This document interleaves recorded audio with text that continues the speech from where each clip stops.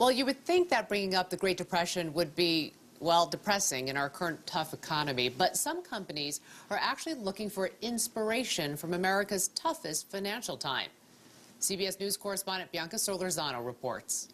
Brother, can you spare a dime? Food lines, business closings, shanty towns, the iconic images of the nation's darkest economic crises of the 1930s. But in today's tough times, some folks are finding the Great Depression pays.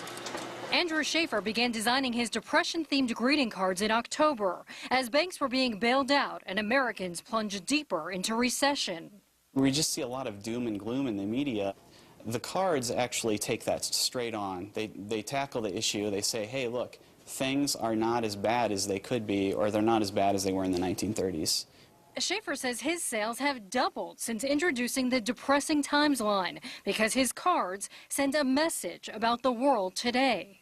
It's about getting back to basics and about what matters to people. Oh, I'm putting on the top hat, tying up the white tie. Designer John Patrick has also struck pay dirt with his spring 2009 line, aptly called American Gothic, which has brought the Dust Bowl to the runway. It kind of has this very vintagey, romantic, happy feeling. People also want a lot of bit of that now. So you put it on, and it almost is like a pick-me-up. We see that in times of prosperity, people will oftentimes look forward, and in times of economic downturn, as we're seeing right now, that there's a tendency to reflect back on the past.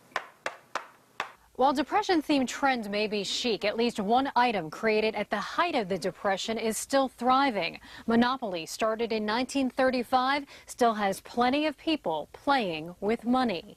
As toy sales slipped 3% last year, board games like Monopoly made strong profits, up 6% in 2008. More than 200 million sets of Monopoly have already been sold, and Hasbro says today the game is more relevant than ever. And at the end of the day, I mean, there's always a lot of fun to be had with playing with large stacks of money, and for a moment just pretending that you're rich and that you have it in your power to buy all of these buildings and these estates. I mean, at a time when this is so hard to come by, you get to hold a little bit. Exactly. Buddy, can you spare a dime? Bianca Solorzano, CBS News, New York.